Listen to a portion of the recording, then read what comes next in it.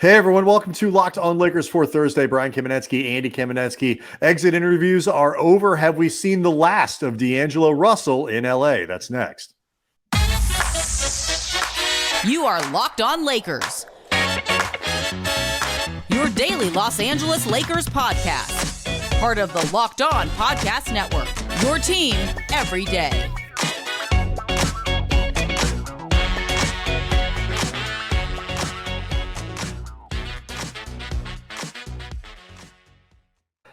Thanks to everybody for making Locked On Lakers your first listen of every day, Monday through Friday. No matter how or where you get your podcast, it's always going to be free. It's never going to be behind a paywall. And Locked On Lakers on YouTube is where you can go to hang out with over 17,000 subscribers, all of whom are gearing up for the offseason. We appreciate all of the support that channel has been given throughout this season and into the offseason. A lot to catch up on with LeBron James. Andy, he says he's better than 90, maybe even 95% of the league. We'll talk about whether or not he's correct and whether or not that's actually good enough. Crazy with numbers. But first, Andy, let's talk D'Angelo Russell, because I don't think there is a player who is taking more flack for the results of the series, the 4-0 sweep against the Denver, the Denver Nuggets, than D'Lo. And I don't think there's a player among their free agents or potential free agents or guys they control but may not bring back or whatever, who is more widely assumed by many fans not to be coming back than D'Lo, or at the very least not wanted to come back than D'Lo. Yeah, Anthony Davis might want D'Lo back, just if nothing else, to have a nice, convenient meat shield. Like, all the time everybody's spent criticizing D'Angelo Russell. They're still criticizing Anthony Davis, but just not quite as much. The attention gets divided a little bit, spread around. Once it's a little more diluted, it doesn't hurt as much. Yeah. But would you agree with that framing that both he is the guy taking the most blame, and he's also the person, like when you see fans putting out their lists and it's on the Locked On Lakers YouTube channel and they tweet us at Cam Brothers and all that, who to bring back, this guy, that one, boom, boom, boom, boom, boom. D'Lo is never on those lists. Yeah, look, Anthony Davis takes a lot of heat and could be polarizing in his own right. He didn't lose his Game 4 starting spot to Mo Bamba. Let's keep everything in perspective. Can you imagine? We were just a little disappointed in Anthony's effort in Game 3, so we've decided to go with Mo, change things up a little bit, and coming off the bench should focus Anthony Davis a little bit more for Game 4. It'd be interesting because considering I think AD had like 28 and 18 in Game 3. That's certainly a very high standard. Certainly would be a choice by Darvin Ham. But yeah, D'Lo. D'Lo has been a polarizing player his entire career, going back to when he entered the league with the Lakers, and that stint for D'Lo with the Lakers. You and I were actually around the team a lot, and we were around D'Angelo Russell a lot. And we're doing pre and post game for ESPN, writing about him, all that stuff. Right. So we heard from fans firsthand how polarizing he was, but you also saw up close some of the things about D'Angelo Russell that could make him polarizing. Even though, full disclosure, I actually liked D'Lo, and I found his personality interesting and at times kind of quirky, but I can also see where he can rub people the wrong way, including, I'm guessing, some of his comments during the exit interview, which we will explore, which I think if fans were looking to see some type of like humble pie promise for a redemption story through hunger and just an unrelentless drive to be better, they didn't see it during. No, let's get to that, because you and I think both found different aspects of what Russell was talking about interesting, but I think it is all reflective of his sort of basic POV, his sort of ethos about basketball, about his own talent and all that. But start with your stuff, because I think that's the stuff like that fans would connect with most instantly, because I do agree with you when it comes to these sorts of situations. When a player plays poorly like he did, they want contrition. It's a good word for it. Yeah, I mean, it was there was one part when he was asked about, his bad series against Denver and just sort of his whole experience. And he said, first of all, he mentioned just it was cool to be there, being a part of the Western Conference Finals, which is the furthest D'Lo's ever gone in the playoffs. But I'm sure for a lot of fans, that smacks of happy to be there, which they're not going to want to hear, particularly when you didn't play like somebody who frankly should have been happy to be there. He said, quote, "I can't really complain about anything other than the ball going in when I wanted it to." Which is, I guess, his very sideways way of noting I didn't shoot the ball very well. Right. He described the season as a complete success, which in certain respects, look, it is. Like from a realistic standpoint, turning things around from the point where he arrived to where things finished, that is a success story by any reasonable measure. You just have to keep in mind that Lakers standards are never reasonable. But that is by any realistic standard. But then also, too, I think this is the point where if people had their antenna up about D'Angelo with some skepticism, this won't help. He was asked about things that he would work on or refine over the summer. And he said, quote, "At this point in your career, to be honest, I feel like you're you and I'm nice. I ain't worried about my game. I know who I am as a player. I know what I'm capable of. I can win games. I can be better than your point guard. I can be better than your shooting guard," which is not necessarily what people want to hear coming off a series. Right. When he was not. I guess it depends on who your point guard and shooting guard are. But in this particular one, he got housed by Jamal Murray and Kentavious Caldwell. Not that one, but other ones. Right. Right. And, he also had mentioned, coming into the season, wanting to improve different elements of shooting, in particular as a catch and shoot player, which, to be fair, he did. And, he said that his main goal in the offseason was to stay in shape, keep working on his body, not let up on that.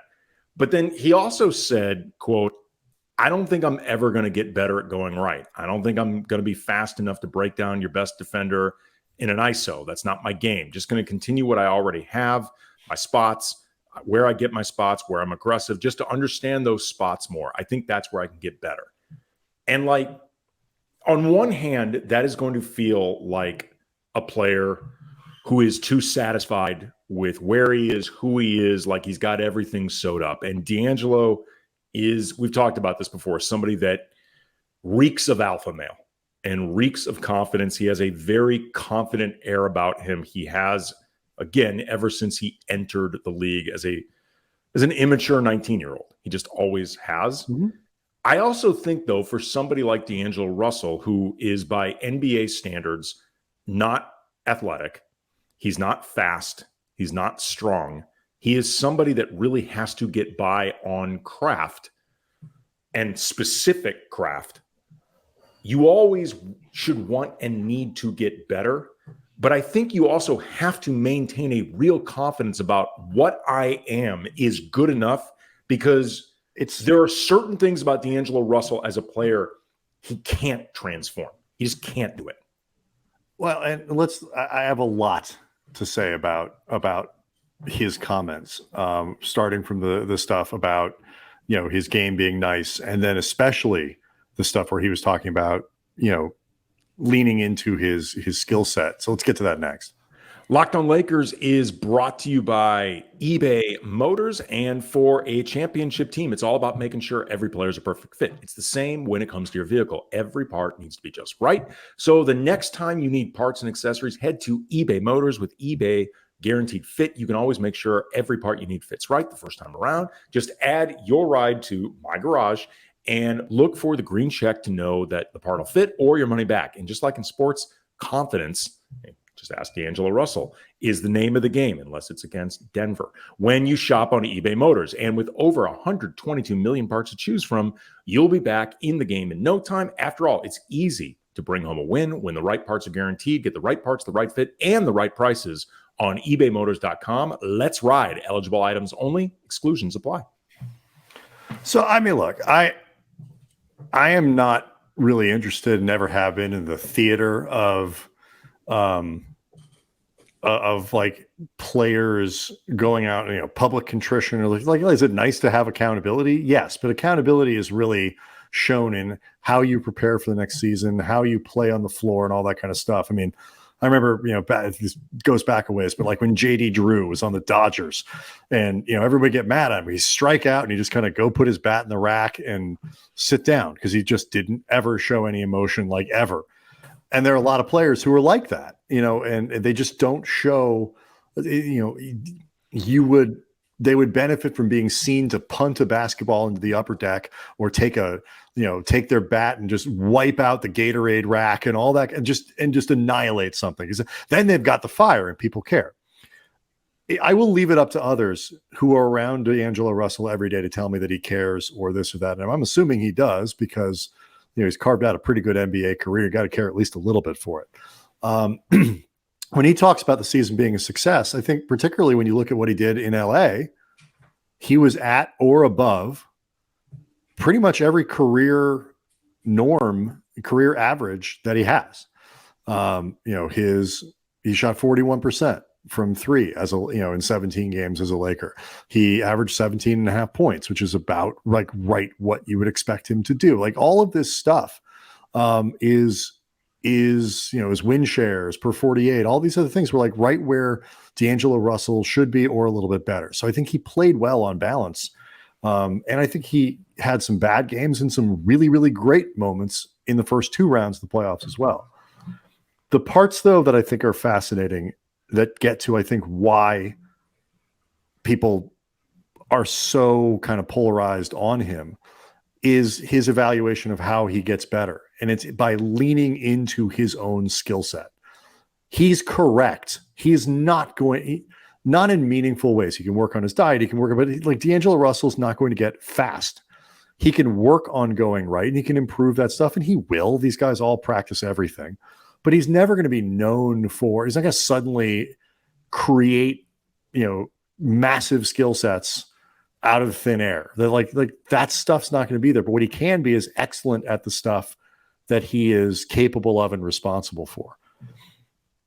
And I just took all of it to be, I asked him actually too about the playoffs. I wanted to get to that because his response to your question, which I thought was an interesting one, was equally interesting. The question was basically, you had really good moments and some really terrible moments in the playoffs. And he certainly didn't question the premise. Like he wasn't like, I thought I was pretty good the whole time. How do you even that out? How do you make it so the consistency is there from series to series to series? And his answer was essentially, the playoffs are all about adjustments and you have to make them, but you have to figure out what is the right adjustment to make and what is an adjustment that actually takes me away from my own game. What is something that you can make adjustments. You can get so in your head, you can get so worried about these things that you actually weaken your game by trying to change it, by trying to do something different and adapt because you play away from the ways that you're a capable player and the things that make you strong. Those two answers are related. Picking out something like leaning into his skill set and trying to determine what is the line between adjusting and changing your game in a way that's actually destructive. And all of it speaks to the fact that this guy is a thinker more as much as he is, a quote unquote athlete.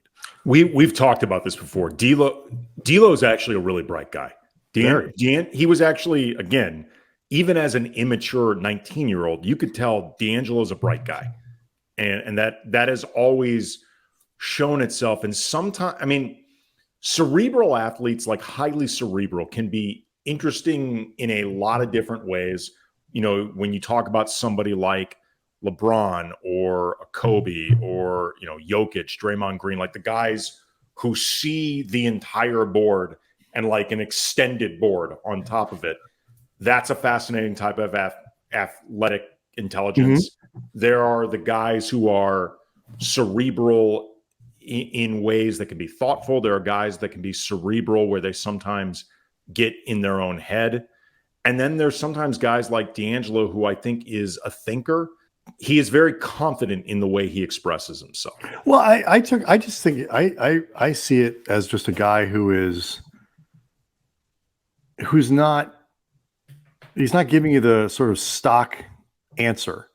That's a better way of putting it. Yeah. He's thinking about what he's saying. Like he is not just going to be like, yeah, you just got to, you got to make adjustments and it's this and that, whatever. But because I think when he answers these questions, he understands he is in a lot of ways defending himself. He's defending his approach to basketball. He understands that a lot of people think he isn't good. He understands not that people don't think he's good, that people think he's overrated or that he's not good enough to play on a championship caliber team or all these other things. Now, I will say, like, I think he's a good player. I think he played well for the Lakers. And, I guess sort of as we get into the next segment, I guess the big question sort of is, are Lakers fans, right in looking at him as somebody who's like automatically gone or can't possibly be back or can't contribute to a championship team or was exposed in the postseason as a guy who just isn't good enough? And I think the answer to that question is no. I don't think that's true. I think he is like many players who are not at that elite level, are good but not great. But good, but not great. They're vulnerable to matchups that hurt them. And he's one of those guys, and there's no question. But if he had shot 35% or 38% from 3-point range in this series, like he is fully capable of doing, and like Denver didn't do anything, or just 30% as opposed to 32, 14, right? 15, whatever it was. Like there wasn't anything Denver was doing. There wasn't anything, it wasn't sort of inherent inadequacy that got him to miss shots against the Nuggets that, similar shots that he made against the Warriors or made against the Grizzlies. That's a shot selection, all these other things, but his shot selection is always a little bit questionable.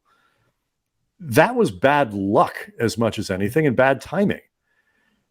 I am a person who believes, and maybe we can look at this for the next segment, that it's fine to let D'Lo go or trade him or put him in another, put him in another uniform. But as it's related, especially to the LeBron conversation that we'll have either later, at the end of next segment, or I guess going into Thursday. Let's table it for Friday. It for Friday. If you don't replace D'Angelo Russell with something, if you just say, we don't need to spend $23 million on that. If you don't replace him, don't replace the skill set, don't replace the 17.5 points a game, you are leading yourself to a lot of potential trouble on a team that is built around LeBron James and Anthony Davis. So that is what we can discuss next. All right. So I used up a lot of that segment. So I am a person who thinks that they either need to bring back D'Angelo Russell, and he's not going to make $30 million. He's not going to make no. I think nobody's offering him that. Nobody's going to offer him that. I think it wouldn't shock me if D'Lo ended up under 20. Somewhere, in the 2 and 35, 2 and 40, 2 and 45, somewhere in between, 35 and 45 for a 2-year contract or something like that is, I think, about where he ends up. And I could see the Lakers saying, it's too much, like with the luxury tax and this, that, whatever, not worth it. I think I would pay that in a heartbeat, both for the player and for the roster building. But just focusing just on the player. I think if you don't replace that, you got to go find the skills and the production somewhere else. And I don't think they'd be able to do it. Well, I mean, a couple things before we even get into that. Broadly speaking, I think you're correct. As far as the idea of it not being as much about Denver, those struggles, as some of this being timing or luck, I disagree. I think Denver had better wing players to throw at him defensively and more difficult covers for him and more defensive attention that he had to pay it to. I think Denver was a bad matchup. I agree with that completely. I'm just saying he missed a lot of open shots that were not related to how the Nuggets were defending him. He missed a ton of that may be, but I think that can also be the byproduct of a matchup that is wearing on you. Could be. I mean, you and I both said heading into this series, we thought it was going to be a difficult series for D'Angelo. You could just see where it would be on paper. So yeah, especially defensively, that's really where his defensively, but also again, problem is. I feel like it was difficult for him to hunt the matchups that he wanted. I think it was easier for them to hunt the matches against D'Angelo they wanted. So I don't think any of that is wrong. I just don't think it explains 14%.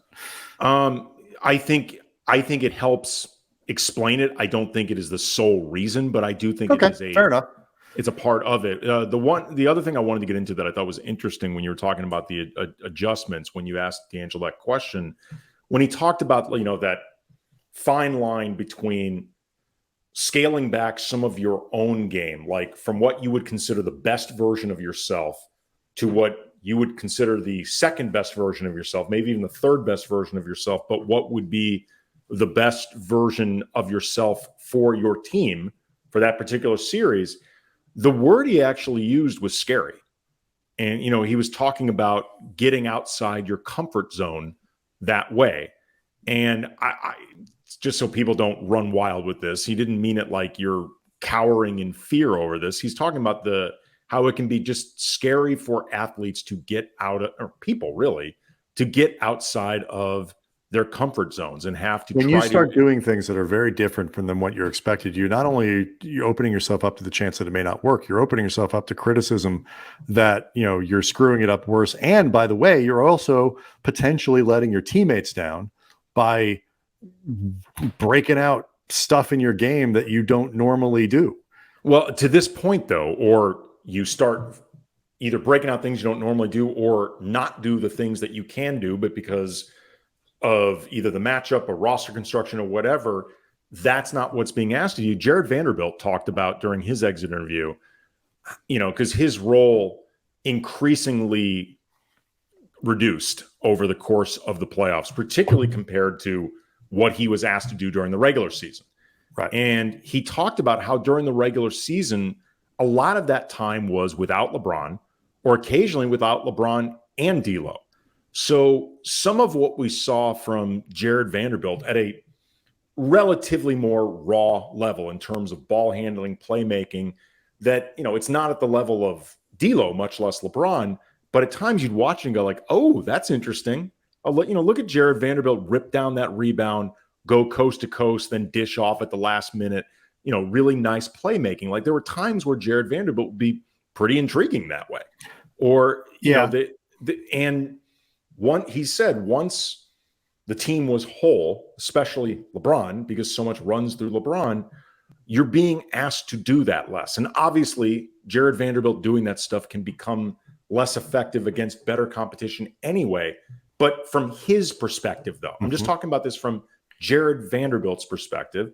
And so it's clear he was not complaining about any of this. I think he understands when LeBron comes back, I'm going to take a back seat. I don't think Jared Vanderbilt is... Vanderbilt is not... Yeah, I don't think Jared Vanderbilt was trying to hint around the idea of, I think it's time for LeBron to cede some control to me. But in terms of your overall utility or the things that you can do, or if nothing else, the things that you showed at times you can do during a period where, look, the Lakers needed to win a lot of games, and Jared Vanderbilt was often important during that period. That's where being asked to do less can, in certain respects, feel like it's backfiring for you as an individual player. Well, yeah, and you always want to feel as a player like you are contributing the fullest extent of your skill set. And none of these guys get to this level and don't think they have a little more in their bag than they're being allowed to do, unless they are Giannis or LeBron or one of these people who's literally allowed to do anything that they want, or Bismack Biyombo. Right. If you're asked, my bag's empty. Yeah. If you're asked to play a role, he might be the exception to the rule. Yeah. My bag's.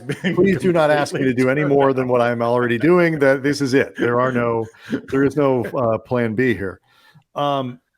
but they all think they have a little bit. But the fun of Vanderbilt's an interesting comp, because the biggest reason to me that Vanderbilt is a guy who you can play off the floor, who has much more difficulty as a postseason player than a regular season player, is because while he is more than, I think, just an energy player, he's got skill beyond that, especially as a defender and all those kinds of things. A lot of his value is the fact that he plays at a 99 during the regular season when most people are playing at an 85, in terms of motor and engine and effort. Sure. In the playoffs, everybody's playing at a 99. And so that edge that he gains is not as useful. And then the shortcomings that he has are now. It's why D'Lo was just so it's clear. I'm not making you're talking apples to apples. I'm just talking about how players see it. Right, of course. But it's why D'Lo's failures in the playoffs were far more important to the Lakers than Vanderbilt's, shortcomings or whatever, because D'Lo's value is based on skills and that kind of production and stuff like that. Like, they needed him to shoot 36% in that series. They needed him to score 15 to 20, not 14. Well, no, but not 14. From the field, even 36%. Right. And I'm supporting D'Lo. He was terrible in this series. I mean, I'm supporting the concept of bringing him back. I think he's a good player and all that kind of stuff. He was bad in this series. But I think what we learned, and this is why the Kyrie thing, like, even for people who don't like it, you could watch that series going, man, backcourt scoring, 3-point shooting, creativity, man, it would make a huge difference in this series. The skill set of Russell, was badly needed, and completely didn't show up. I just don't think that's a reason to let him just assume that he has no business being on this team. If somebody wants to give him $30 million, go with God. I'm not matching that. But if they let him walk for 20, 21, 22, I think that would be a mistake. Because I think Russell has value as a playoff player. And I think he has tremendous value for this team as a regular season player. And so does Vanderbilt, for that matter. And the Lakers have to build a team. Assuming LeBron comes back and assuming AD is there and all that, they need a team that goes 12 or 13 deep so that they can keep LeBron and AD as healthy as possible, that they can kind of stay in that top 4 comfortably, where you're not scrambling in February, March, April to solidify playoff position. And the guys who can do that for you are the D'Angelo Russells and the Jared Vanderbilts and the players like that. It was similar to they're really important to bring back. Look, it was similar why in the season after the championship, when it was that quick turnaround from the bubble, bringing in Montrezl Harrell and Dennis Schroeder made sense, because you needed guys who, in theory, could eat a lot of innings, and I think actually those guys did. Yeah. Last thing I want to ask. Yeah. So I'm saying it doesn't have to be D'Angelo Russell specifically, but if you just let him go, you better replace the production. Last thing I wanted to ask you with D'Lo, when he was asked about going to the bench for Game 4, he said that it was tough. And he also said, quote, "It was tough to agree with it, obviously." And then later added that he focused on being professional. He understood, the context of where they were. I mean, he even said in so many words, I don't even have time to argue about this. Right. If I wanted say to, and dominate your minutes that you play and so on. There's no indications that he handled this poorly. So I want to make sure that is clear. In terms of anything you've seen, anything you've heard, whatever, that he handled this anything other than professional. Does the idea that he didn't agree with it at all, given the way he was playing, does that say anything to you at all? Yeah, it says he does. It says he doesn't like being demoted to the bench. No, anything other than that answer was the correct answer and the truthful answer that any player in that situation would have gave. A better, more political answer is, I sucked. I was letting my team down, and I think Darvin, I volunteered to come off the bench because I'm just not doing the job or whatever. Okay, I mean, would that be great? Sure, but none of these guys do that because they are incredibly competitive. They're incredibly prideful, and the part that matters to me is: did you pitch a fit? Did you argue about it? Did you throw an attitude around? Did you pout when you went into the game in game 4? The answer, like you said, seems to be no to all that stuff. I would have been more disappointed if he's like, yep, I was totally cool with it, because no player should be cool with being taken out of the starting lineup or benched or any of those. It's not the idea of being cool with it. I'm talking about the agreeing with it. I'm talking specifically about that because the reason I say that is just the idea that you don't even think it's necessary. I don't think, a player, because I think he thinks that if I keep playing that I'm going to be better. Okay. I always, as a professional athlete, believe in my ability to go out and play the next game well, even if the last 3 have sucked. And that is the attitude that, again, I think most players, if they answered the other way, would be lying in one way or another. Sure. And so I just don't think he lied. I think he thought that if he started that one, like, I can go be better. I understand that I'm not playing well, but I think I'm really good and I can help this team win. And if I play 35 minutes in this game, there'll be 35 minutes that will help us win. He's wrong in this case, and he wasn't performing in that way. And I didn't have a problem with being taken out of the starting lineup, but I also didn't have a problem with the answer. The performative aspects of these things are different to me than, look, if we find out, a couple weeks from now, like, it was actually worse than that, or, Sure. guys, he was pouting in the locker room before the game, or wasn't, providing the normal sense of energy and team and all that he tends to do. It's one of the reasons I think, he was so valuable to this team. He brought a lightness and an energy in the post Westbrook era that was really important for this team as they were trying to get in the playoffs. Sure. If that changed, then I would agree with you, or agree with you or whoever, that's problematic. But his actual answer of, I didn't like it, I didn't agree with it, but I did it, is the answer that is in that normal range of how any athlete in the same situation would answer if they're being honest. To me, that's fine. The answer didn't really bother me either. I was just curious what you thought of it. I am 100% sure people in the comments section will be like, you're just sticking up to him too much, you're defending him too much, and all that kind of stuff. I've been around it long enough to kind of decide that some of the performative aspects of it just don't matter. I think where people can honestly disagree with it is just how good they think Russell is. But I mean, if you jettison every player who has a bad final series before you're eliminated every year, you're gonna have a lot of trouble bringing back a roster from year to year. Lakers wouldn't have kept Lamar Odom and Pau Gasol after traded Kobe after he was a rookie. Yeah. So all right. Anyway, Locked On Lakers on YouTube is where you can go to see the show. We'll get into this LeBron stuff because these things are all interrelated with how you build a roster around LeBron James. Get into all that for Friday's show. Of course, starting to look forward to the draft and potential free agency and potential trades and all that stuff. It's going to be a crazy, wild, and woolly summer, and we appreciate everybody sticking with us. See you next time.